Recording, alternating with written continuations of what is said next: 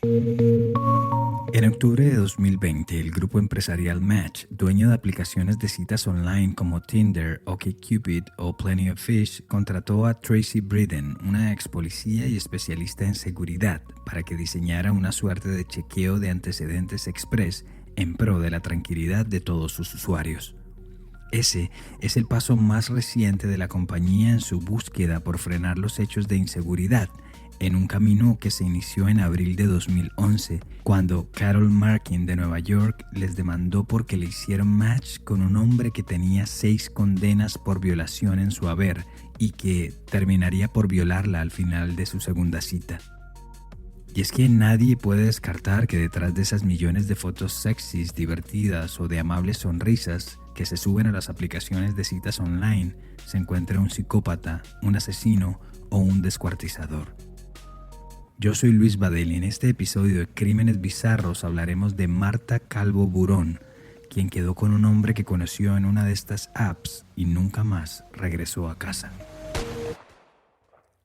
Todo tiempo pasado fue mejor, dirán algunos. En el romanticismo moderno, conocer y entablar relaciones se hace desde los móviles, y así como hay quienes buscan un príncipe azul o una princesa para toda la vida, también hay quienes solo quieren una compañía fugaz, sin cortejos, sin sentimientos, solo instinto. La protagonista de esta historia, la española Marta Calvo Burón, no hizo nada malo. No hizo nada que ningún o ninguna joven de 25 años, disfrutando de su soltería, no haya hecho en cualquier lugar del mundo donde funcionan estas aplicaciones. Buscar una compañía para pasar un momento agradable. Porque el problema no son las tecnologías, sino algunos de sus usuarios. La noche del 6 de noviembre de 2019, Marta, de 25 años, estaba en el departamento que compartía con una amiga en la ciudad de Valencia, España, cuando concretó una cita online con un hombre con quien se presume venía hablando desde hacía algún tiempo por una de estas aplicaciones de contactos. Según se recopiló en varios reportes de prensa y tras rastrear las señales de sus teléfonos, este hombre, a quien luego identificaron como Jorge Ignacio Palma Jácome, de nacionalidad colombiana, llegó al piso de la joven en la ciudad de Valencia a eso de las 2 de la mañana. De allí tomaron la autovía del Mediterráneo, la A7, con dirección al sur, hasta que 60 kilómetros después llegaron a la localidad de Manuel, un pequeño municipio de la Comunidad Valenciana de no más de 2.500 habitantes, donde vivía Jorge. A las 5:55 de la madrugada de ese jueves 7 de noviembre, Marta le envió un mensaje de texto a su madre con la ubicación exacta del domicilio en el que se encontraba, como parte de ese trato que habían acordado cada vez que ella salía con una persona desconocida. La dirección era el número 9 de la carrer San Joan Baptista en Manuel, una casa de 2 plantas, de fachada blanca y piedra rojiza, con 4 pequeñas ventanas y una puerta de vidrio y hierro forjado color verde oliva, en la que el hombre alquilaba un pequeño departamento. Ese fue el último rastro que se tiene de la joven nacida el 5 de marzo de 1991 en la localidad de Estibella y a la que sus amigos llamaban la princesa de la sonrisa bonita. El periodista Juan Antonio Marraí escribió en un reportaje del diario Las Provincias el 5 de diciembre de 2019 que Marta era la mayor de 2 hermanos y había estudiado en el colegio La Baronía de San Antonio Abad, en la vecina población de Gilet, donde la recordaban como una chica muy alegre y con excelentes relaciones con sus amigos. Así la describió una de sus mejores amigas, Natalia Escudero, al programa La Hora de la 1 de Televisión Española.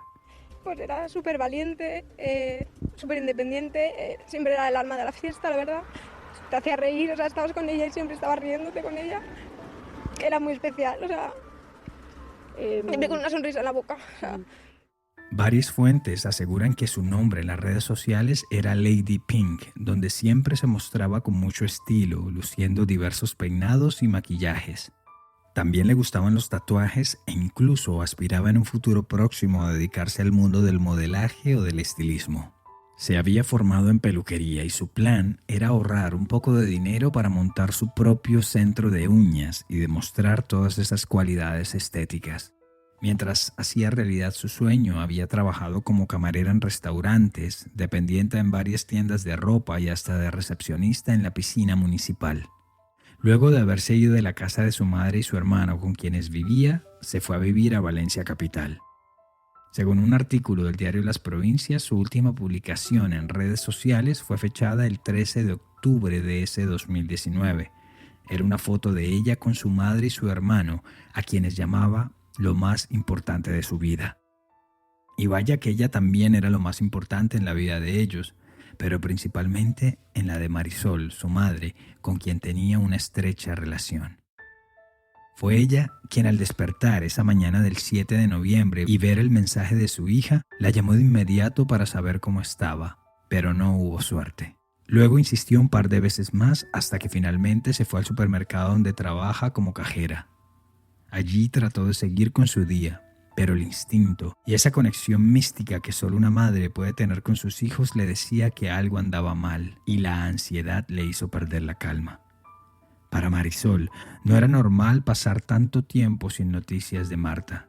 Por eso, 2 días después, el 9 de noviembre, decidió ir por su propia cuenta a la dirección que Marta le había compartido en ese último mensaje de texto.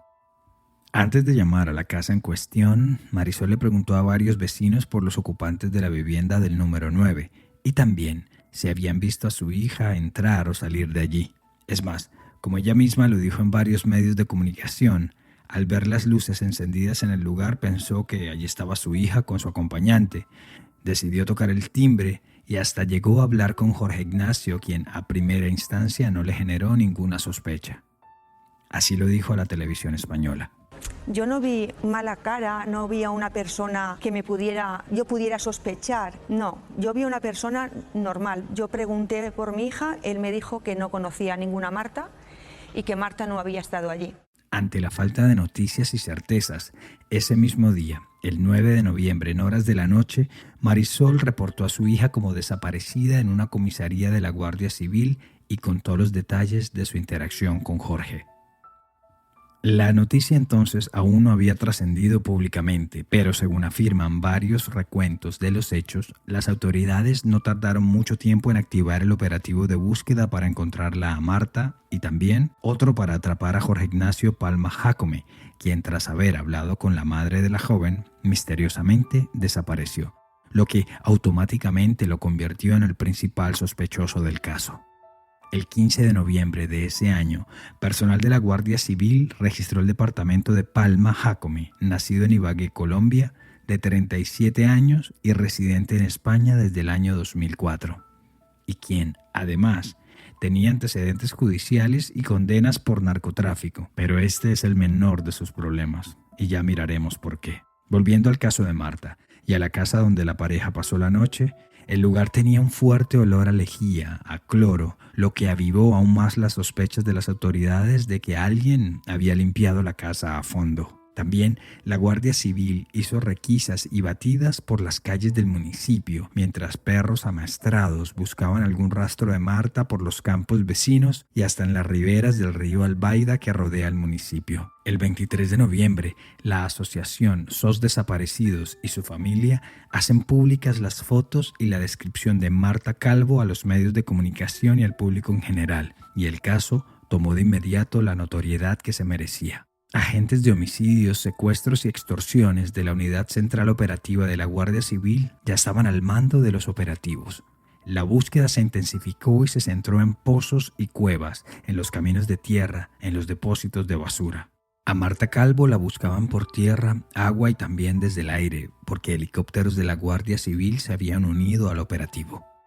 5 días después, es decir, el 28 de noviembre, se supo que el sospechoso también tenía un domicilio en el vecino poblado de La Ollería, a donde también se dirigieron los investigadores.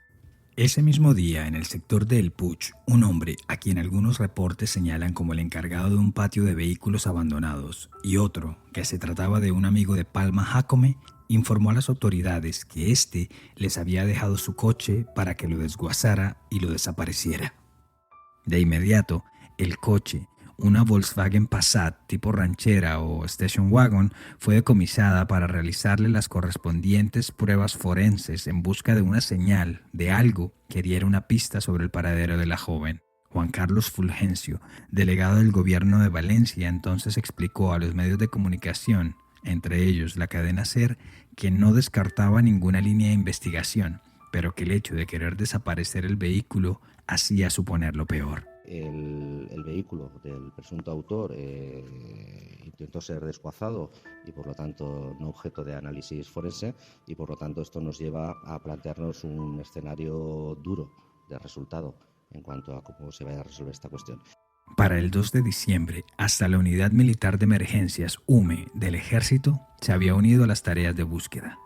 Sin embargo, todos los esfuerzos resultaban en vano, ya que parecía que a Marta se la hubiera tragado la tierra. El 4 de diciembre, Jorge Ignacio Palma Jácome, luego de 25 días en la clandestinidad, se entregó en el cuartel de la localidad de Carcassent, a escasos 10 kilómetros de su vivienda, en Manuel, y con su declaración comprobó las sospechas de todos. Marta ya no iba a volver y su desaparición había ocurrido de la peor de las formas. Todo lo que contaremos a continuación es única y exclusivamente la versión de los hechos que Palma Jácome le ha dicho a las autoridades sobre lo que pasó al mediodía del 7 de noviembre en el segundo piso del número 9 de la calle San Joan Baptiste. Luego de una noche de desenfreno, alcohol, sexo y cocaína, mucha cocaína, en un combo al que denominan y que han llamado, por lo menos en España, como fiesta blanca. Esa noche invitó a Marta a celebrar con todas las de la ley, ya que al día siguiente, el 8 de noviembre, era su cumpleaños número 38. Lo más incisivo que ha dicho Palma y que ha repetido en todas sus alocuciones ante la justicia es que él no mató a Marta y que todo se trató de un accidente. Cuando aún estaba en la clandestinidad, el 13 de noviembre, apenas 6 días después de su encuentro con Marta, habría escrito una carta de su puño y letra en la que explicaba qué había pasado, pero sobre todo aclaraba, abro comillas, que él no era un monstruo asesino de mujeres, cierro comillas. Palabras más, palabras menos, en su misiva el sospechoso dijo que tras largas horas de juerga con Marta en su casa, la joven le dijo que se sentía mal y tras darse una ducha se fueron a dormir. Ese jueves, al mediodía, se despertó y le habló. Trató de despertarla con su voz, pero no hubo respuesta. Pensó que Marta estaba en un sueño profundo y solo hasta cuando la tocó fue que se percató de lo que había pasado. Es entonces cuando, según afirma en la carta, pensó en quitarse la vida. Acá hubo un detalle que llamó la atención y es que el hombre habló en plural, que él no era un monstruo asesino de mujeres. Según dice un artículo de Ignacio Cabanes del diario Caso Abierto de Levante del 16 de diciembre de 2019, las pesquisas de la Guardia Civil y de la Policía Nacional habían permitido relacionar al narco colombiano con las muertes de Arliene Ramos, una prostituta brasileña de 32 años, muerta el 3 de abril de 2019 tras sufrir una intoxicación con cocaína en un piso de la Gran Vía Marqués del Turia que operaba como un prostíbulo. Dicha intoxicación la sufrió en pleno acto sexual con Palma, quien, como dejaron ver las cámaras de seguridad del lugar y de la calle, salió despavorido cuando la mujer se descompensó y quedó sin aliento sobre la cama.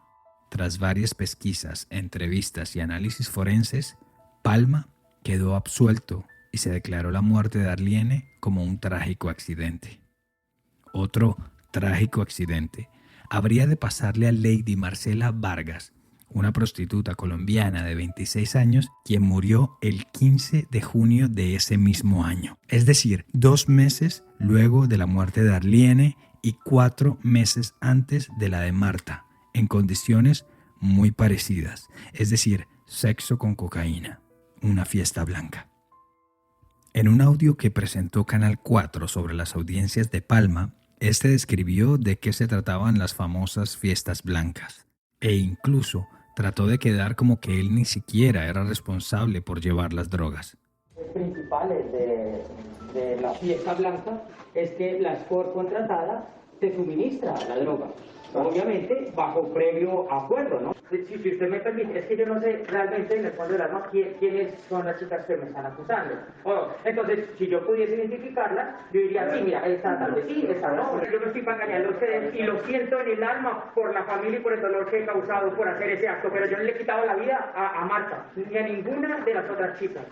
Pero hay un escabroso detalle que solo se pudo conocer una vez el triste caso de Marta Calvo salió a la luz pública. Y es que Palma, como parte de su disfrute sexual, solía introducir pequeñas piedras de cocaína de extrema pureza en los genitales de sus citas o sus víctimas, la mayoría de veces en contra de su voluntad, según lo que han denunciado al menos hasta abril de 2021 8 mujeres más. Pero por lo pronto volvamos al caso de Marta, porque además del dolor de su muerte hay una tragedia que hoy, 2 años después, no termina para sus familiares, y es que su cuerpo no aparece. Según confesó Palma, luego de querer suicidarse tras lo ocurrido con Marta en vez de llamar a las autoridades, no encontró mejor idea que descuartizarla.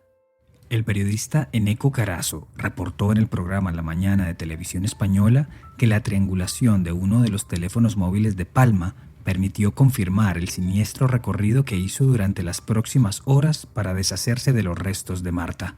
Lo primero en este listado fue despojarse de la ropa, el móvil y el bolso, la cartera de Marta, en una gasolinera del municipio de Llosa de Ranes, a 8 kilómetros al sur de Manuel.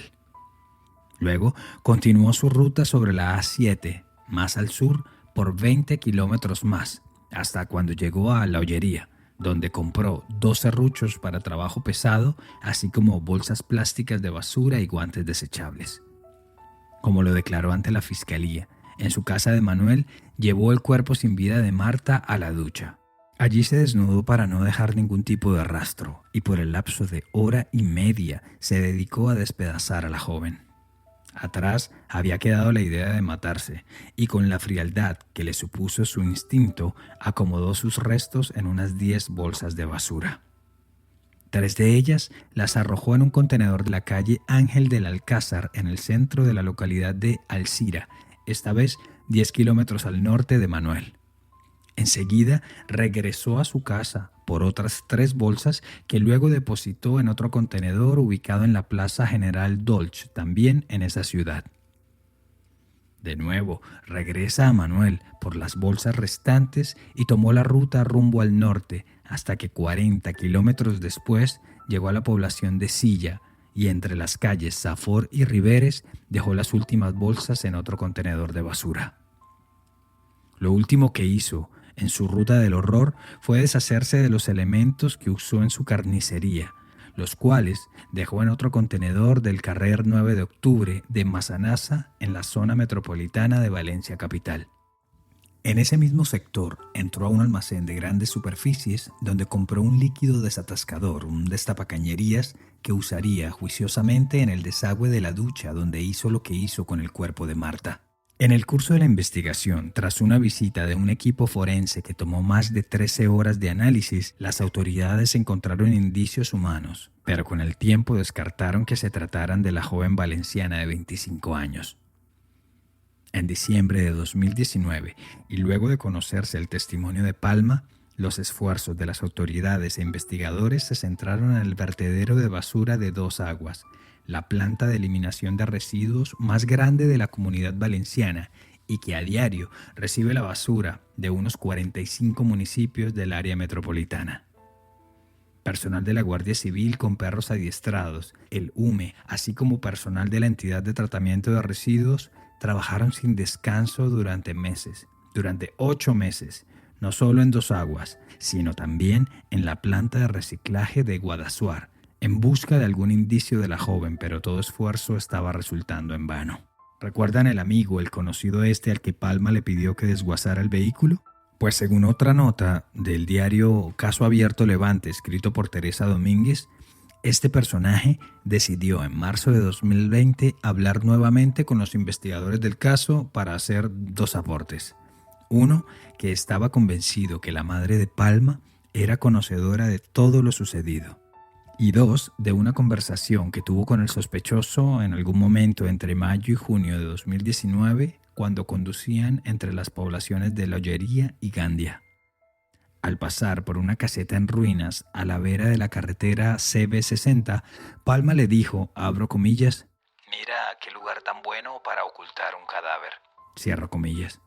Frase que entonces le resultó rara, pero a la cual no le prestó mayor atención y que justo regresó a su memoria cuando el caso de Marta y de todas las nuevas posibles víctimas era de lo único que se hablaban en los medios locales y regionales. Fue por ello, tal vez, que las tareas de búsqueda también incluyeron pozos y aljibes subterráneos, así como casuchas y terrenos en abandono de las zonas rurales de Manuel, Alcira, La Ollería y todos los pueblos vecinos. Este 7 de noviembre de 2021, en honor a su fecha de desaparición, sus familiares y amigos cercanos le dedicaron un servicio religioso en su pueblo natal, Estivella, mientras siguen esperando a que Palma Jácome por fin cese en su negativa de revelar el paradero del cuerpo de la joven. Porque esa parecería ser la estrategia de la defensa. En la medida en que no haya cuerpo, que no se puedan encontrar pruebas físicas o tangibles que determinen lo que realmente sucedió esa noche, la versión de Palma es la única sobre la mesa. Pero, como en toda historia siempre hay dos versiones, la suya no es la única. Sobre todo si se tiene en cuenta el prontuario delictivo, su paso por cárceles y su contacto con el bajo mundo. De pronto es inocente y no tiene ni un ápice de maldad en su interior, pero su historial no le ayuda mucho. En 2004, por ejemplo, fue identificado como integrante de una banda de 15 narcotraficantes acusada de ingresar drogas a la provincia española de Extremadura, fronteriza con Portugal, procedentes de Madrid y de Málaga. Y aunque se abrió un juicio y se le citó, nunca pudieron ubicarlo y llamarlo a rendir indagatoria, cuentas o algo, por lo que fue declarado en rebeldía y posteriormente absuelto. 4 años después de ese hecho, en abril de 2008, Jorge Ignacio Palma Jácome fue detenido en la provincia italiana de Brescia, en compañía de su abuelo materno y un narcotraficante rumano, cuando transportaban 9 kilos de cocaína de alta pureza en un vehículo de matrícula española. Hay varios reportes de prensa que afirman que cumplió 3 años de cárcel en ese país, en una prisión de esa localidad italiana, pero no hay muchos más detalles de su lugar de reclusión. Ya de vuelta en España y sin antecedentes de grueso calibre, su nombre solo salta en los archivos policiales gracias a varios casos de multas de tránsito y de resistencia a la autoridad. Lo llamativo es que por cuenta del caso de Marta se han presentado varias denuncias que hoy lo tienen bastante lejos de la libertad. Como ya mencionamos anteriormente, a los casos de Marta, la colombiana Lady Vargas y la brasileña Arlene Ramos, la Fiscalía Española también ha reclamado que a Palma se le procese por el asesinato de al menos 2 de las 3 fallecidas, así como por agresión sexual, omisión del deber de socorro y delito contra la integridad moral de las víctimas, además del delito contra la salud pública por el supuesto uso de cocaína y otras sustancias ilegales. En la causa ya han rendido declaración una decena de mujeres que sobrevivieron a los encuentros sexuales con Palma y a quien acusaron, en su mayoría, de introducir cocaína a traición en sus genitales y recto, y que, por el grado de pureza de la droga, causaron que más de una haya perdido el conocimiento, generado una sobredosis y, en general, de haber quedado a merced de su agresor. Una pequeña victoria de la familia de Marta es que todos estos casos ya han sido unificados junto con el de ella, para garantizar que sea un proceso lo suficientemente robusto que permita una pena proporcional a las atrocidades que cometió. Sin embargo, existe la hipótesis de que la versión del descuartizamiento post-mortem de la joven no sea cierta. Según un artículo en el periódico El Confidencial del 4 de octubre de 2021, hay 2 detalles de la investigación en las que el detenido habría mentido. Una, su adicción a la cocaína, cuya existencia fue descartada tras pruebas de toxicología. Y 2, el descuartizamiento. Sobre este particular, el diario dice: según las conclusiones del informe psiquiátrico, Palma presenta rasgo de personalidad antisocial y se han detectado ciertas contradicciones en su declaración ante la Guardia Civil sobre cómo acometió el descuartizamiento de Marta Calvo. Abro comillas. Por la pierna derecha, según declara inicialmente a la Guardia Civil, y por la pierna izquierda, según refiere y reitera en las entrevistas practicadas por los forenses. Cierro comillas. En esa misma línea, el programa Espejo Público de Antena 3 hizo un recuento del caso con especialistas en el que quedaron abiertos temas tales como cómo es posible que de los 5 litros de sangre que contiene un cuerpo humano no haya quedado ni una sola gota, ni una salpicadura de la sangre de Marta en su casa o en el vehículo que usó para transportarla. También que pese a que se hallaron restos orgánicos en la tubería del baño, su análisis no hubiera sido concluyente y no se haya podido extraer ninguna prueba de ADN que pudiera ubicar a Marta en ese lugar. Así de experto era limpiando escenas de crimen, o más desconcertante aún, el hecho de que los investigadores hayan encontrado sin usar, y aún con el sello de seguridad, ese producto químico que Palma compró para destapar la cañería de su baño. Si hay algo cierto es que Palma cumplirá este 4 de diciembre 2 años de prisión provisional y sin fianza. Según reportaron varios medios en España citando a la agencia EFE, en septiembre de 2021, Palma fue trasladado al centro penitenciario de Albocácer, en la vecina provincia de Castellón, pero aún en la misma comunidad valenciana, ya que habría tenido peleas y problemas con otros internos en Picassent, la cárcel en la que ha estado detenido desde que se entregó. Para Marisol y en general para toda la familia de Marta, el duelo y el dolor no cesan. Y es que, como lo ha dicho ella repetidamente durante estos 2 años, una cosa es saber que ya no volverá a ver a su hija, y otra, aún más dolorosa, es no poder hacer el duelo y dejarla ir, pero teniendo la certeza de que sus restos descansan en paz. Creo que eso es fundamental, pues para descansar, poder despedirme de mi hija y hacer un duelo. Desde el ámbito legal, Marisol presentó ante el Congreso de Diputados y acompañada de otras familias de chicas que fueron asesinadas y desaparecidas en España como Diana Quer y Marta del Castillo, una iniciativa legislativa popular que busca que el ocultamiento de un cadáver sea considerado como un delito independiente y que permita a su vez una pena autónoma, sin estar propiamente relacionado con el del homicidio como tal. Cambiar la ley para que aquella persona que haya matado, pues digamos que si él no dice dónde está el cuerpo, pues que haya más pena. De nuevo, a primera vista puede verse como que el recurso de la defensa sea que sin cuerpo no hay crimen, y tratar de apelar a penas menores a las que se esperarían luego de cometer un homicidio. Según un artículo del diario.es del pasado 6 de noviembre, varios informes psiquiátricos y forenses que reposan en el sumario del caso señalan que Palma no presenta alteraciones psicopatológicas, ni síntomas de enfermedad mental, ni deficiencia mental, ni trastorno mental alguno. Así que, al menos desde la ciencia, desde la medicina, él sabía muy bien lo que estaba haciendo. Por su parte, para el criminólogo valenciano Vicente Garrido, Palma no es más que un asesino en serie o un depredador letal al que define la compulsión por matar.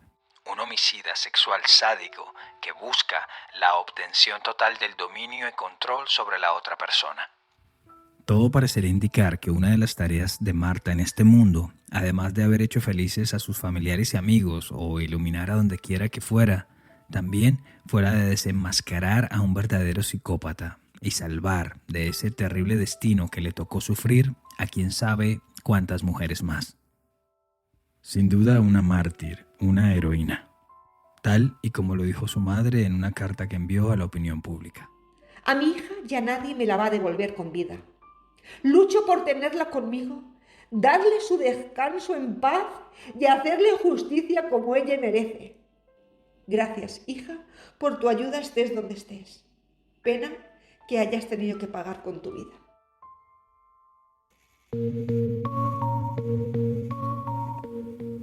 Gracias por acompañarme en esta edición de Crímenes Bizarros, un podcast de Iguana Media. Este episodio fue escrito y producido por mí, Luis Badel. Si les gustó este capítulo, recuerden suscribirse, seguirnos en sus plataformas de podcast y compartirlo con sus amigos.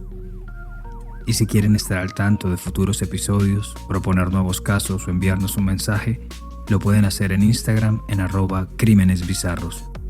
Siempre será bueno saber de ustedes. Nos encontramos a la próxima. Para mayor información sobre este capítulo visita iguanamedia.net.